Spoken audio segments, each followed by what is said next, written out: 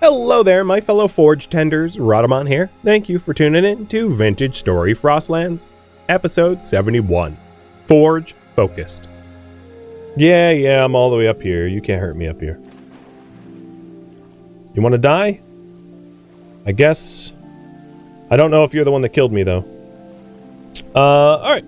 I am going to decide to not bother going for that trader. And instead head back to the boat. Because I'm not all that interested in the anthracite, given that this trip has cost me more time than it has saved me. And I believe that farting around this section of the world is just going to continue to do that. I'm already wet, so just going to lean into it. Cheers!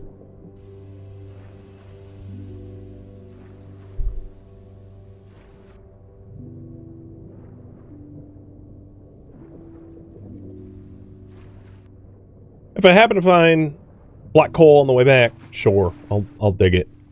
But if not, I'm heading back. And one of the main reasons is my steel processing is the highest of priorities, and that's about to stop. That's about to pause, given a lack of fuel. So my highest priority is refuel steelmaking.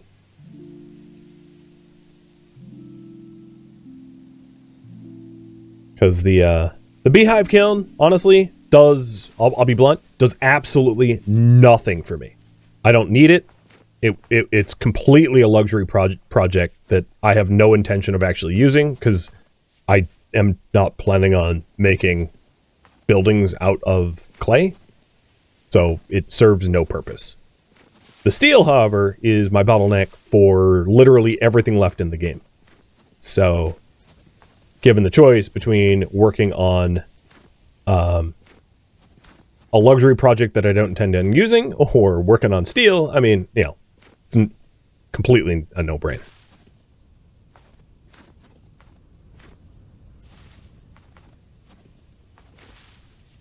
God, all of this lead keeps making me think I am finding anthracite, but it's just all lead. Ooh. It'd be good if I dried off and stopped dunking.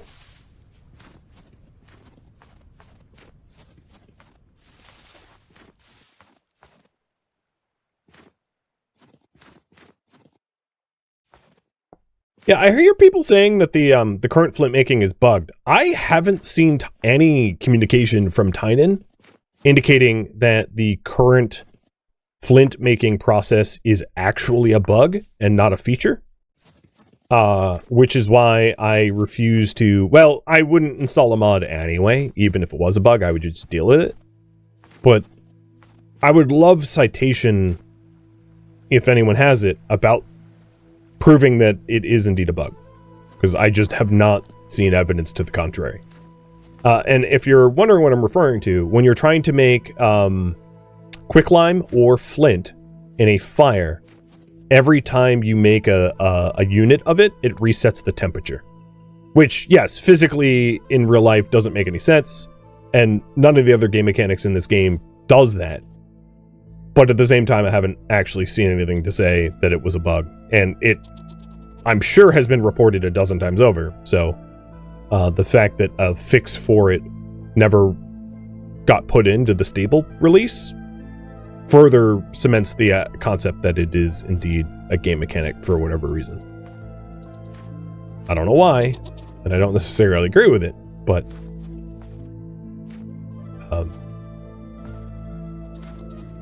I'm not convinced that that wasn't intended for whatever reason.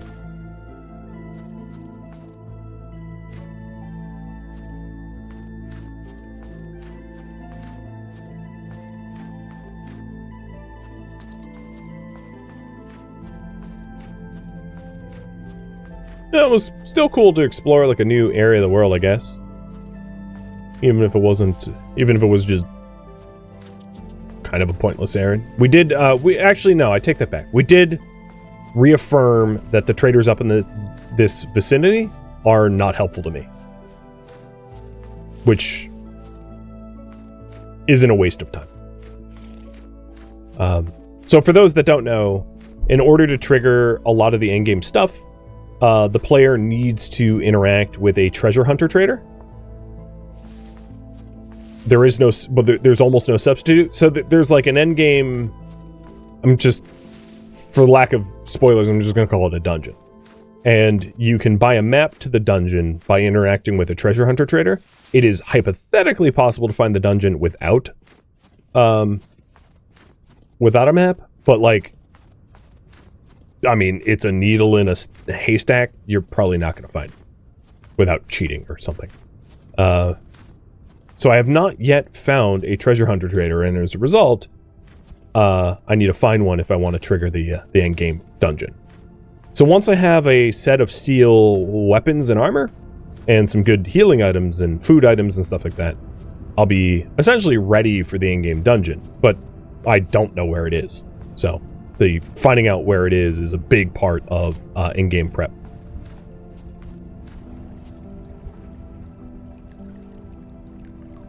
Oh, I'm in the wrong seat. I was like, why can't I move?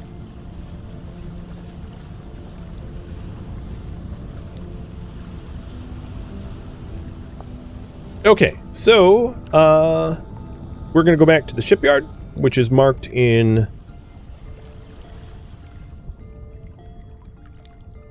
Why do I have a lot of? I have a lot of stuff here that seems to be pinned.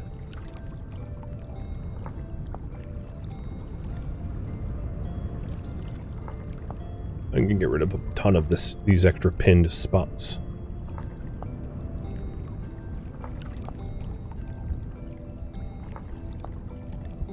There we go. Now it's far less cluttered, and let's also get rid of this too.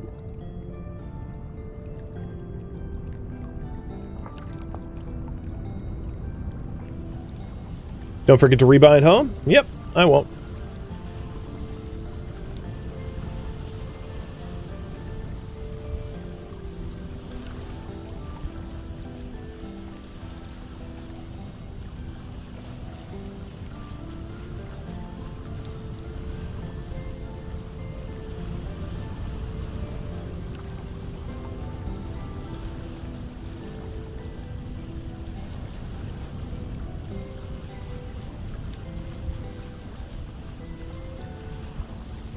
Next time we could take a boat around to the last trader. Yeah, I think that last trader was pretty close to the coastline. Honestly, there were traders way closer to home than that one, though. But yeah, I could take it all the way around and drop in at this bay and be very close to that trader. But we had identified a bunch of traders down here, which is like way closer to home than that one. At some point, when you guys vote on go try to find a treasure hunter trader, you know, I'll exhaust all options. Yeah, it's a pretty nice boat. I like it. Pretty swanky.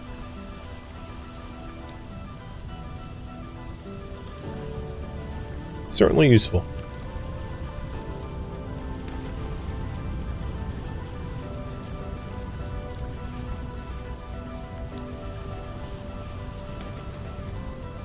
Some of the items I didn't need, just dumping them out.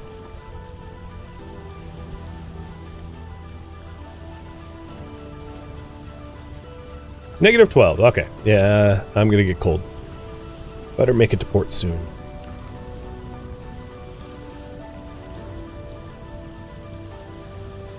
I'm at max warmth insulation that I can manage, which is at least useful.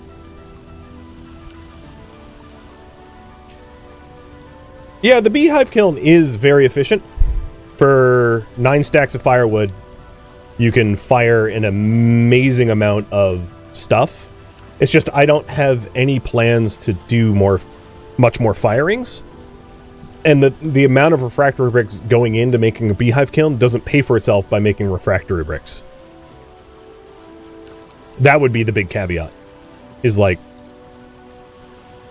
yes, the beehive kiln fires things efficiently, but that only really helps when you're going for like massive scale. And there's nothing I'm doing in this series that is massive scale.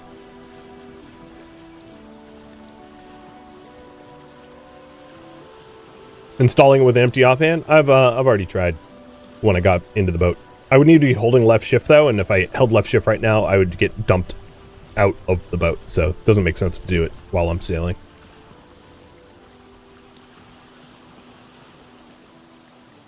So yeah, the beehive kiln is great if you're planning on doing a ton of refractor brick firings or clay tiles or something like that. Or for if you need colored clay, bowls, jugs, etc. I mean, need is weird because you really don't ever need it. But I think it's not necessarily unreasonable for me to just hypothetically abandon the idea of making a beehive kiln if I can't find a reasonable source of fire clay, because the amount of time it takes to make fire clay, given that I'm struggling to find it in the wild, makes it kind of a prohibitive, time-consuming project that isn't worth doing. So, it is official. I am vetoing it. I'm going to be using that iron for the next batch of steel, and unless I find fire clay in the wild, I'm just not going to be bothering. The kiln's cool and all, but, like, I have no use for it.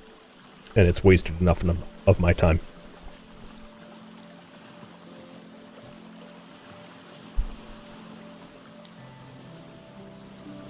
Yeah, the one thing I really wish the sailboat could do is I wish you could stand on it as a physical object. That's what it's missing most.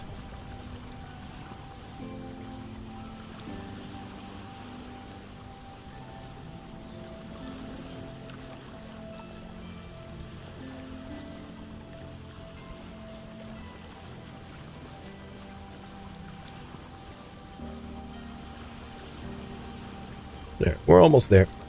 It'd also be nice if this thing was faster. Given that the raft was roughly the same speed, and like... I've done a lot of canoeing in my life and kayaking, and what I can tell you is... A sailboat...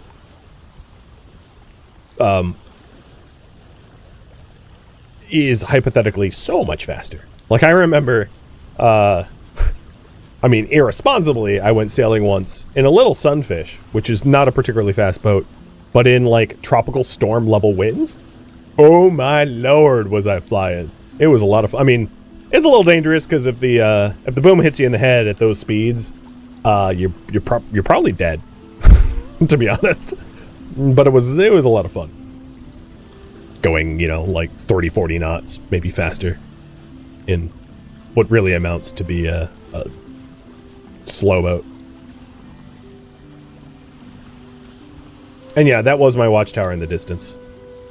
My little smithing tower. Does wind level impact sailboat speed? No, it's not complicated at all. It's literally you just WASD steer your boat with nothing changing. There's no tacking, jiving. There's no jib sheet. It has all the parts, the gunnels and the rudder and but it is a completely uncomplicated thing in its current iteration. Someone on the forums tested it and it's barely faster. Yeah, that doesn't surprise me. All right, I'm going to leave the raft in there because I don't need it. I could take the walnut back, though. And the crate.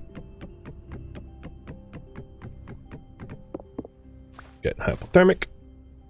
Copy that.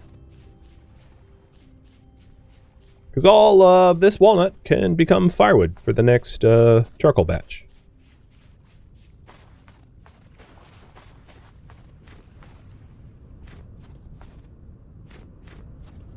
Home sweet home.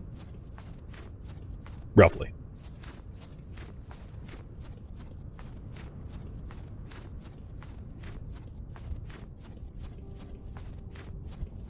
It's not fun having someone race past you on a motorboat when you're kayaking. You know, when I kayaked, I did whitewater kayaking, so like, I wouldn't mind that. Waves are fun, but I understand. It's sketchy when you don't want it, for sure. And what I will say is, I've been around my fair share of absurdly inappropriate boaters. You know, people on boats act like there are no maritime laws and zip around like complete jerks. Or words worse than jerks that I'm not going to be using on stream. But you know what I mean. So yeah, my fair share of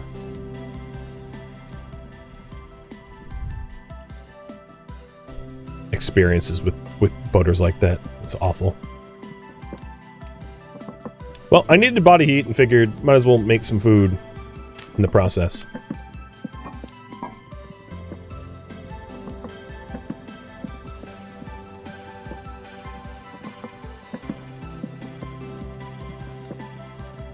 Almost warm enough.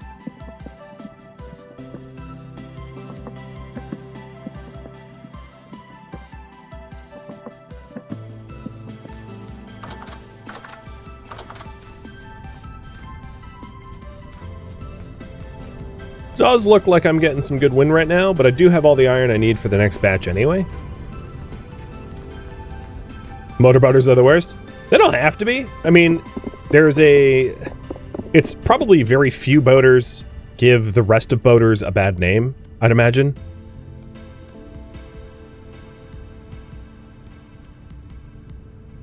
Just break, you axe. Jeez. This axe is like, no. I'm going to last forever and ever and ever.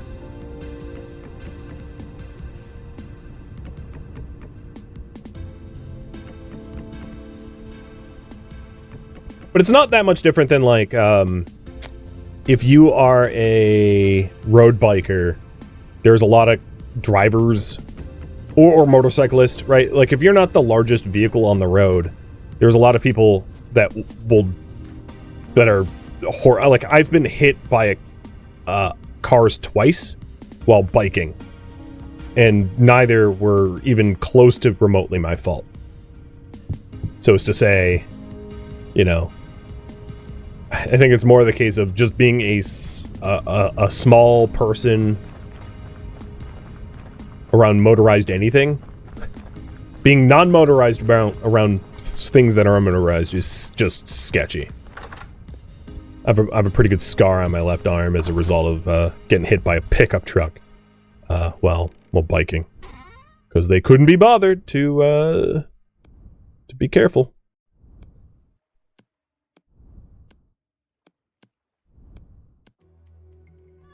All right, putting things away. I guess let's just put the H grade here. I mean, why not? I don't know what I'm going to put in it, but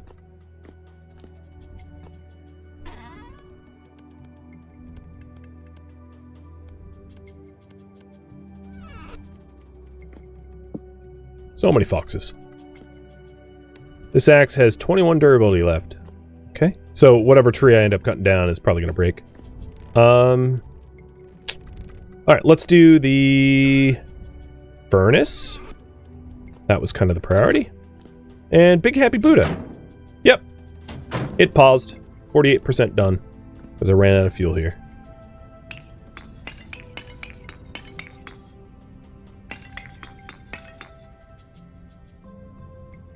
At least I had some charcoal on hand, so we can get this fired back up.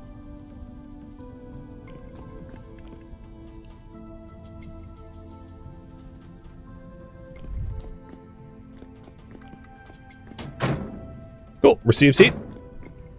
That's back to normal.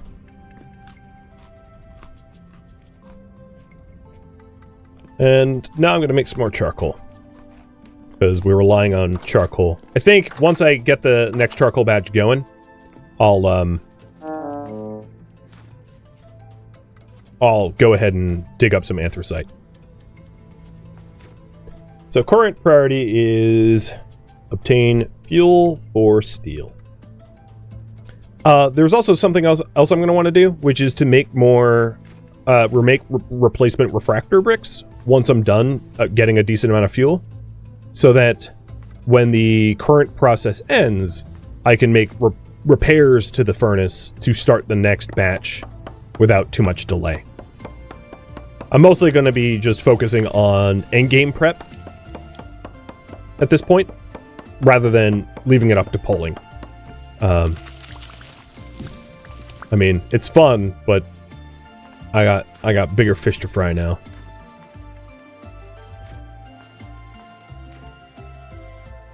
Just break 2 you know what? Don't break. Forever be thrown away. 2 durability left. That axe is just straight trolling me now.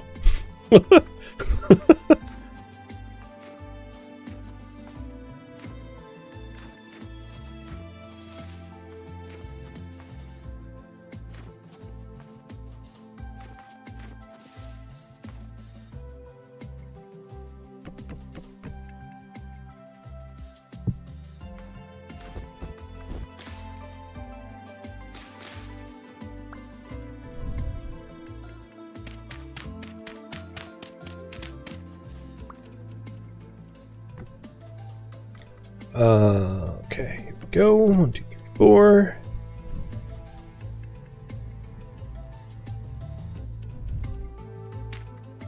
Charcoal's done. So, I have some marked anthracite to the north, I think, right?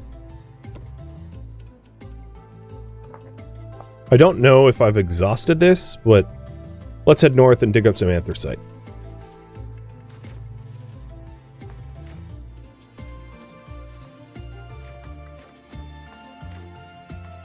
What was it made of? That was an iron axe with just 2 durability left. There's nothing I can do with a 2 durability axe, so tossing it was not unreasonable.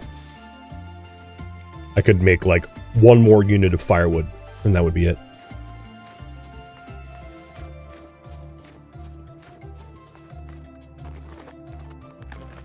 I wonder if and when tool repairs are ever going to be a thing. Or honings. I could even see like diminishing returns for repairs.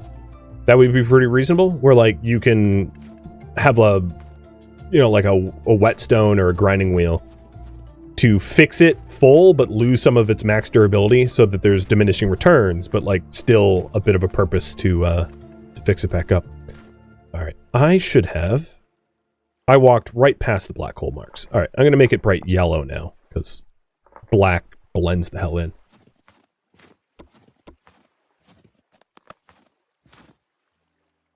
Yeah, sharpening would be a cool mechanic, and a lot of games have that. Like, a game I played a little while back, The Last Plague Blight, had exactly that mechanic that I was just talking about, where you could repair your tools, but in doing so, you lose some of your max durability. So there was a diminishing returns built into it, where if you did repair your tools, they were back up to full, but like, after 3 or 4 repairs, you had to replace. And yeah, and that's a pretty fairly well balanced mechanic, if you ask me. I mean, that's true in real life. Like I do a lot of cooking IRL, and like you can only sharpen knives so much until you don't have knife left, and all you've got is like a sliver of a blade. I've definitely worked in restaurants that had basically blade slivers because they you end up repairing your knives so often, so frequently, that you have nothing left in it.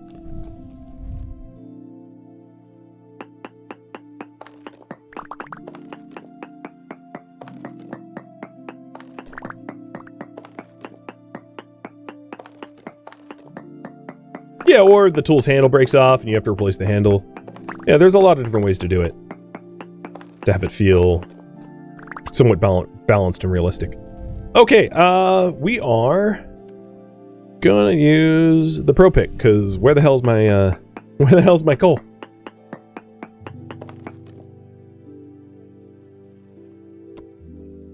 Flint, trace amounts. Bituminous coal, very large amounts. Okay, so it's nearby.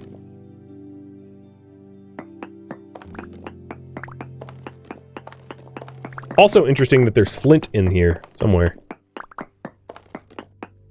Is clay? Oh, yeah, okay. So claystone can host coal too.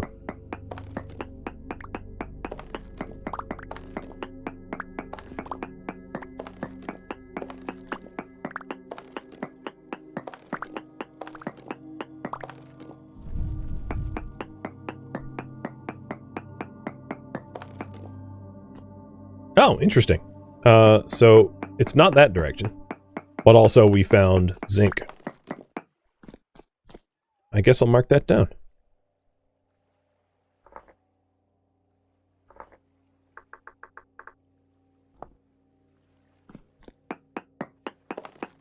It'd be cool if, besides prospecting, there was a chunk search layer to the minimap that would... Oh, there we go. That would show you what you've chunk searched, so you wouldn't have to mark it down. That'd be pretty cool to have built in as a native feature.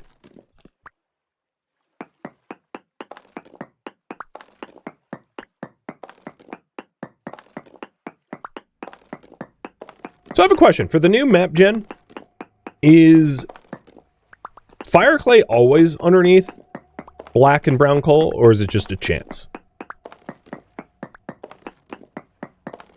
And if it is just a chance, like, anecdotally, what has been your experience for finding it? Because I rendered this world before that was a feature, so I don't really have any experience trying to find fire clay. I've never found it, I'll put it that way. But I'm definitely curious about that as a feature.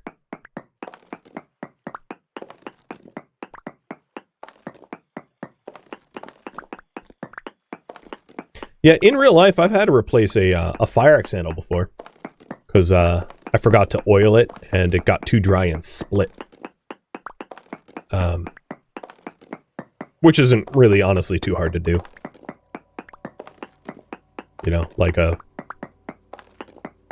can replace a axe handle with, like, a rubber mallet and a screwdriver. Always under cave black coal in your experience? Never found it under surface veins? Interesting.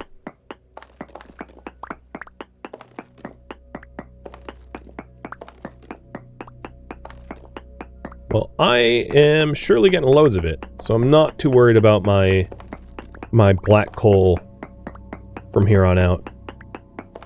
This vein was rich. In fact, I got another vein over here, so it's probably just like one massive vein or something. Makes the sailing trip pointless? Yeah, with this amount of black coal, I can surely fire up flint in mass pretty easily. And in fact, I think there's flint somewhere in the rock here anyway. I don't have to micromanage firing flint if I just, like, brute force add a bunch of fuel, which I'll probably end up doing just for my sanity, because I just can't. I don't want to just sit by the fire pit forever. I'll just brute force batch, which is fine. Yeah, the sailing trip was not my idea. I'm not putting blame. You guys voted for it. It was a neat concept. And had I not died, maybe it would have been fruitful. So if anyone's to blame on the fruitlessness of that trip, it's probably me. But when thinking about risk versus reward, being far away from home is inherently a risky thing to do. And I could have just mined up a whole bunch of coal that was in my own backyard and fed it to a fire. Even inefficiently, I could get calcified or flint chunks, you know.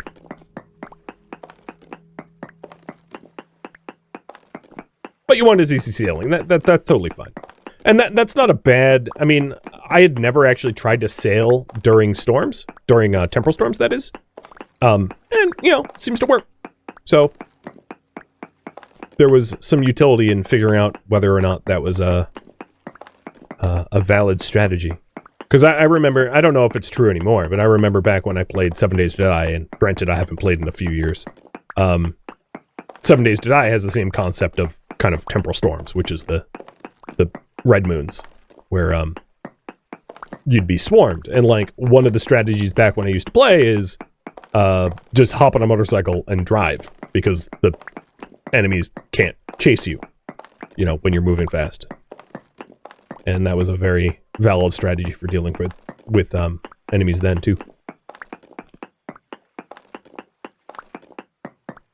The chance of finding fire clay and new chunks is worth it. Yeah, I mean, I don't disagree. you know, had I been a little bit more forward thinking, I would have brought, and I haven't actually set my my spawn yet, but I would have brought a temple gear with me and set a spawn over on the new section so that there was far less risk involved in the travel. Oh, I think we have wolves. Oh, God, I have a lake here. I gotta be careful where I mine.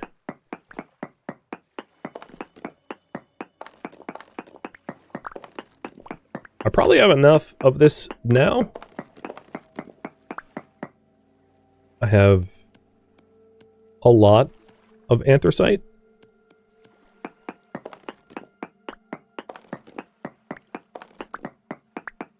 I just can't stop. Watch the gravel fall? Yeah, that would be, that'd be funny.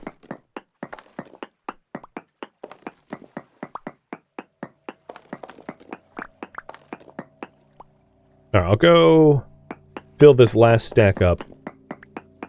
But knowing that there's so much left in this vein is great. I really am not going to be scared of burning fuel for flint or whatever.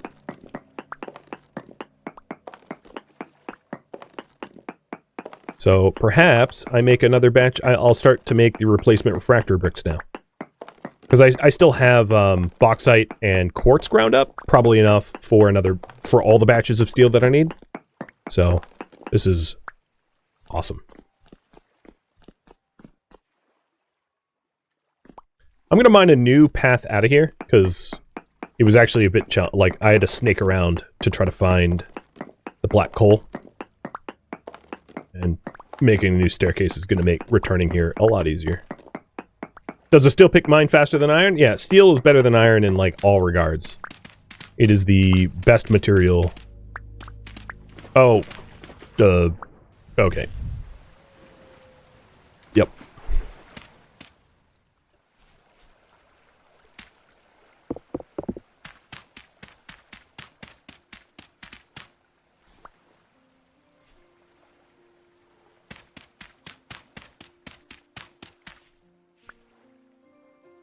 Alright, there we go. I will put the marker here.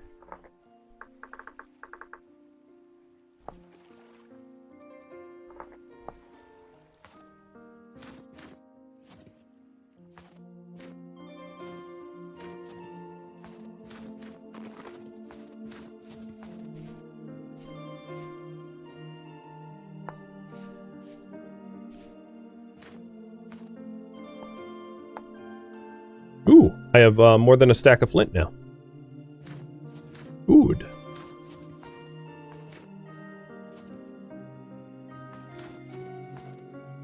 And before Wolf attacks me and sets my spawn back to the other side of the water, that would be brutal, because I don't really have a method on the other side of the water to easily get back here.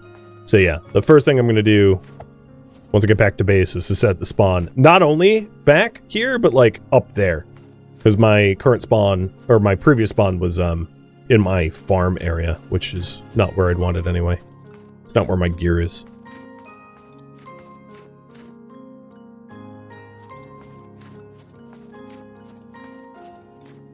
Alright, charcoal's still going. I might actually, I'm going to let the current refractory furnace burn down the charcoal that I added, and then I'll restart the fire with black coal, so that my charcoal is reserved for the cementation coffin, specifically.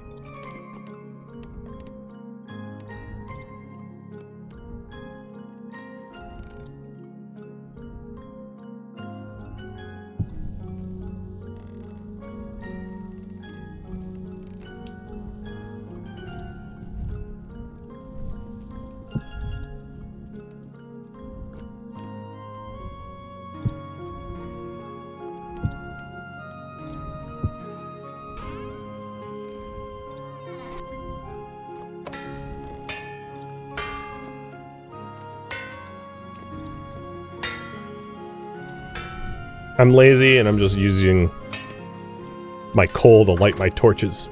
Yeah, I know. I know.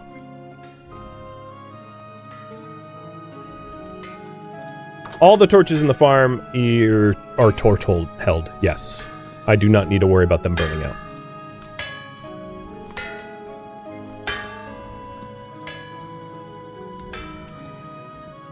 Okay, what am I doing now? I want to make... There. Current priority is make more fire clay.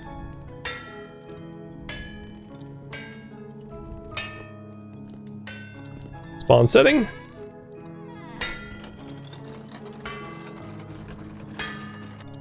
Done.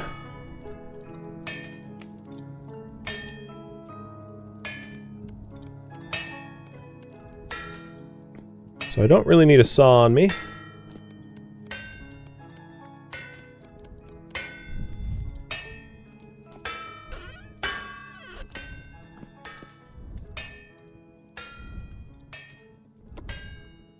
What's weird is I didn't see that there was the information that I set my spawn here. But I did.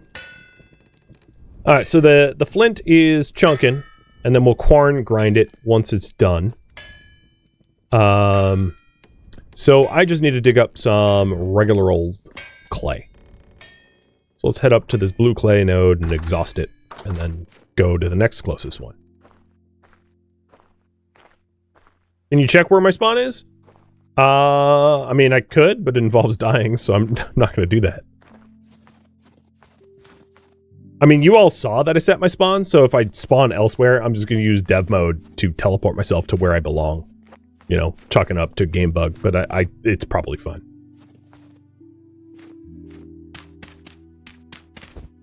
Yay, frozen water!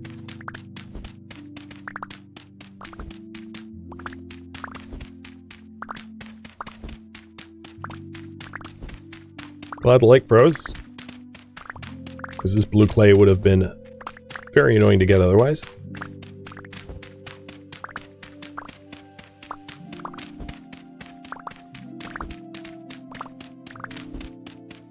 I might need some more quartz. I think I still have a decent amount of bauxite, but what I'll do is I'll try to equal out the amount of bauxite and quartz that I have, so that when I'm making refractory brick replacements, oh geez, let's not do that. I exhaust my bauxite into my quartz. Wow, this whole lakeshore is blue clay.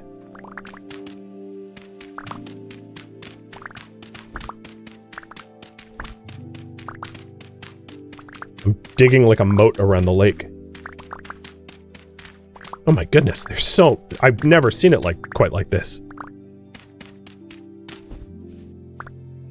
Like, the whole thing was blue clay, all the way around.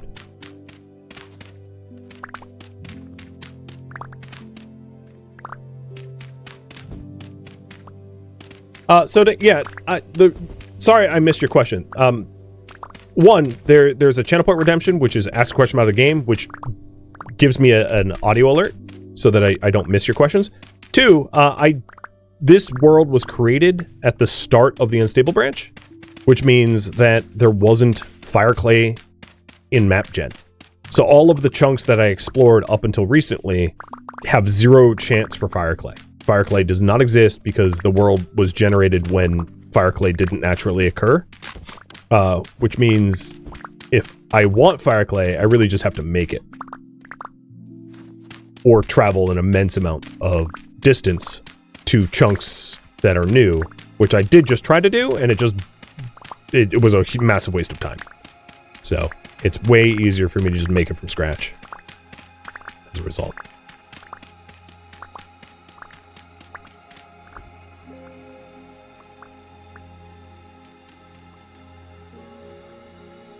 Thank you for tuning in to Vintage Story Frostlands, which originally streamed live on Twitch January 23rd. If you have any feedback or questions for me, let me know in the comments below. If you would like to catch a live stream of mine, Rhadamant.com has my stream schedule and countdown timers to upcoming streams. If you would like to join my online gaming community on Discord, Rhadamant.com has a link to it, as does the description of this video. Thank you so very much for watching, and a special thank you to my Twitch subscribers, Patreon patrons, and viewers like you that support the channel and made it all the way to the credits. Thank you so very much. I hope to catch you in the next episode or an upcoming stream. Farewell, fellow vintage story players.